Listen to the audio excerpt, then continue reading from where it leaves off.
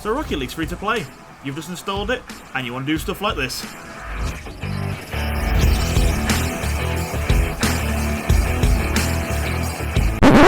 But there's only one small problem. You're new to the game, and your shots go something more like this. Oh, God!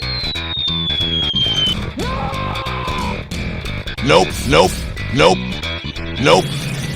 Well, if this seems all too familiar, you're in the right place, my friends, because of these top Rocket League tips, I can take you from chump to champ.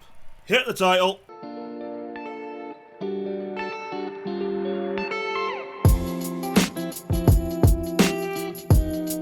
So, unless you've been living under a rock recently, you'll know that Rocket League has gone free to play.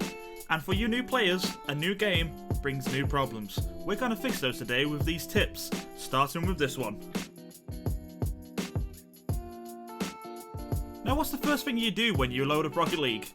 Play a game, maybe go into training, maybe play with your car. Well, that's all. What you should do is fix your camera settings. This is what my game looks like, and this is probably what yours looks like. These are the default camera settings for the game. And now side by side, you can see my camera settings on the left, and the default ones on the right. You can see a lot more of the pitch on the left, and on the right you can't see a damn thing.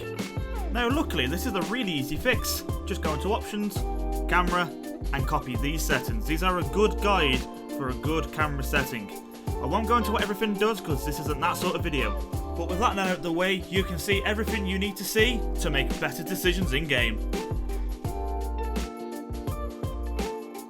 Now before you can go wow all your friends with your sick new moves, you need to be able to learn to control your car. Now hear me out, it sounds very simple, but there's some weird things that a rocket powered car can do which you may not realise. Now starting with the very basics, you can drive forwards, backwards, and you can steer. But you guys already knew that obviously, but don't forget, you can jump, double jump, and flip your car in any direction that you want. I have seen some new players forgetting to flip, and it leaves them at a huge disadvantage. Flipping in Rocket League is actually very, very simple.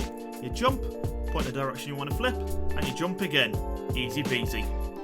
But flipping does come with a health warning. You've only got 1.5 seconds between your first jump and your flip. Wait any longer, and your flip's gone. But your car can do other things too.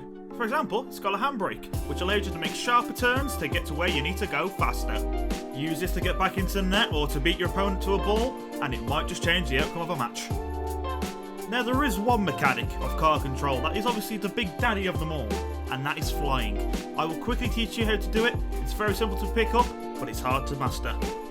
All you need to do is jump, tilt the car back so the boosters face the floor, and boost. And away you go, you've now earned your wings. Good luck, pilot. And if you're feeling extra spicy, you can mess around with fast aerials and air rolling, but that's a bit more advanced, so it's a different video for a different day. And on a side note, you want to try and make sure that when you land your car, you land perfectly on all four wheels. And if you get sent flying towards a wall, try not to panic. Land with all four wheels flat against the wall and your nose pointing towards the floor. This will get you back into the game as fast as possible.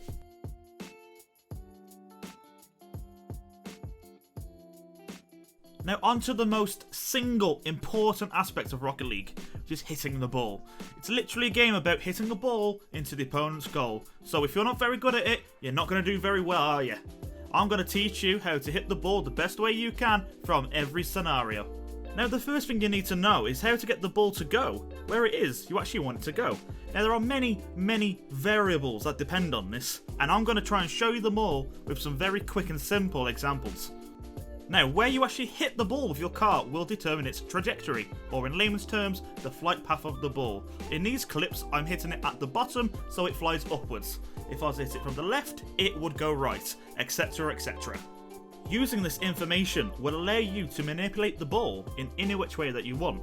All it will take is some time, some effort, and some practice. So, we just covered the finesse of placement, and now it's time for the raw primal urge to hit the ball as fast as we can. Of course, I'm on about power. Shot power is what separates the men from the boys. Being able to generate huge power on a ball can make the world of difference. It can make a shot unsavable, resulting in a goal, or it could put that extra distance on a booming clear that can take the pressure off your team when your backs are against a wall. Now there are countless factors you need to take into consideration when trying to generate power onto the ball. Now I can't go into every single one because we'll be here all day, but I can go into some very simple steps that will help you hit the ball harder. Now to keep things nice and simple, I have created a list of 3 things you need to take into consideration when hitting the ball. The first one, the speed of your car. The second one, the speed of the ball. And the third one, the direction of travel that the ball is heading in. Now this first part is very simple. The faster you drive into the ball, the harder you hit the ball. I will be reusing these clips from earlier on to showcase this. In the first part of the clip, I drive into the ball without any boost. In the second part, I boost full speed into the ball and it goes much higher and much further. And in this third clip, I flip into the ball, giving it even more speed. Now this second point is very simple, so I'll keep it short and sweet. The more existing momentum the ball has, the more powerful your shot will be. And last but not least, ball travel direction. The direction in which the ball is travelling compared to your car will greatly affect the power of your shot. Now for a very quick example, if I hit a ball rolling towards me, I will generate more shot power than if the ball was rolling away from me. Now, just before I end this segment, I need to show you the single most effective way to hit a shot with plenty of power. Now in this clip from the start of the segment, you can see that I waited for the ball to bounce before I hit it. Hitting the ball on the half volley is the single most effective way to generate power. So if you got the time and space, let that ball bounce and then send it downfield. But we're not out of the hitting the ball woods just yet. There is one more thing you really need to know, and it's which parts of the car are best for hitting the ball. Now to keep things simple, I have made this image. It hasn't got laser precision, but it's to give you the general idea of which parts of the car are better to hit the ball with. As you can see from the image, the front bumper and the front corners of the car are the best place to hit the ball with. The underside and the wheels are by far the worst. You will not generate any power using these parts of the car, so do your absolute best to avoid them. Now that we've learned how to hit the ball, it's time to put it into practice, and Rocket League has got you covered. Use free play and training packs to improve as quickly as possible. Not only are they effective, but they're very easy to access. Simply hit play, go over to training, and hit free play. Now, I know what you're thinking. Aaron, it's just an empty pitch of a ball. How is this supposed to make me a better player? Well, the answer is very simple. As I explained in the last segment, hitting the ball is one of the most important parts of the game. So that's what you're gonna do. Hit that ball as hard as you can, and then chase after it as quickly as you can. And you will find that your speed and shot consistency will both improve. Now I admit, this might not be the most glamorous tip I can give, but it will be one of the most effective since free play can benefit everyone from the noob to the most battle-hardened pro. So get yourself out there and start getting after that ball like it owes you money. But free play isn't the only way to train. There are also training packs. These packs will help you improve specific skills and specific scenarios. If you want to improve your shooting, there's a pack for that. If you want to improve defending, there's also a pack for that. If there's something you want to practice, I guarantee you, a pack exists for it. Now just like free play, training packs are really easy to access. Simply hit play, training, and custom. There are endless training packs at your disposal. You can search for one via the browse tab, or alternatively, if you've got a specific code, you can enter it here as well. Now you've got these tools, you can train to your heart's content and the gains will come rolling in. Now onto something that can't be practiced within free play or training packs. This is something that you will need actual in-game experience to learn and to master, but I'm here to give you some tips to lay down the foundations on how to compose yourself on the pitch to be not only a better player, but also a better teammate. Now talking about positioning makes a perfect amount of sense. The better you can position on the pitch, the better you're gonna do. But you may be wondering where etiquette comes into this, but believe me, etiquette and positioning do go hand in hand. Now this means not invading your teammate's space. 2020 has been the year of social distancing, so make sure to give your teammates plenty of space in both attack and defence. This means you should always try to not be in the same place as your team. This could cause you to leave big spaces at the back which the opposing team can exploit, leading to the concession of a goal. Sticking to this rule won't only help your team possession better as a whole, it will also help team morale. And it will also avoid you becoming that annoying teammate in ranked that everybody hates. You should always show your teammates the utmost respect. This means not interfering in their solo plays as they make one and not taking boosts from them. Stick to these rules and you're going to have a much better time of things when playing ranked. At the start of the segment I mentioned positioning, so now I'm going to use this clip and break it down to try and briefly explain what it is you should be thinking and doing when it comes to positioning on a Rocket League field. Now at the start of this clip, my teammate is bringing the ball out of defence on the left hand side of the field. The ball then bounces towards the mid area in our half of the pitch. Now this could potentially spell danger. Now seeing that my second teammate has gone to challenge the ball in mid, I back off and rotate round to pick up any pieces. If the ball somehow went towards our goal, I was there ready to save it. If the ball got popped up like it did, I was ready to go for it. In short, I covered off as many options as I could with my positioning. This is something that is very important to Rocket League, and it is something that you should strive to achieve. And this brings me on to my next tip, which is rotations. Now rotations, much like positioning and etiquette, are a very important part of Rocket League. If you're good at rotations, you'll do much better than if you're bad at them.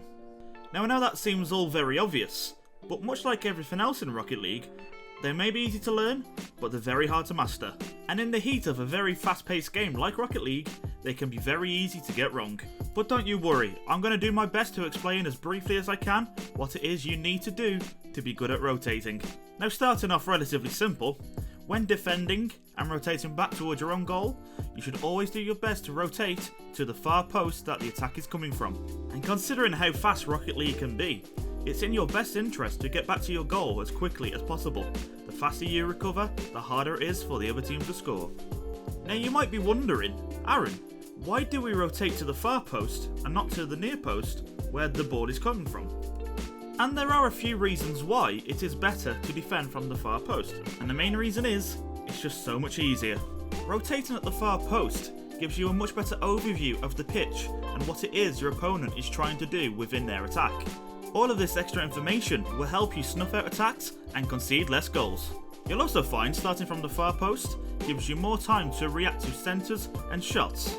You'll also have more speed for better clearances, turning defence into attack. But with great rotations becomes a great responsibility. You need to be aware of where your teammates are on the pitch and you need to rotate to where you're needed. But this needs to be done with a degree of caution. For example, if your teammate is rotating in a proper fashion and you cut in front, this could lead to problems. Not only is it very annoying, but it also isn't very effective. This could lead to gigantic holes in your defence, which your opponents could exploit to score a goal. So always try your absolute best to not cut rotations unless it is 100% necessary. Now this is a very watered down and simplified version of rotations. On the screen now is an infographic that goes into greater detail on how to rotate in defense and offense. This is for the 3v3 game mode, but the base foundation that you will learn from this can transfer into other game modes. So make sure to study this closely and use it as your Bible on how to rotate.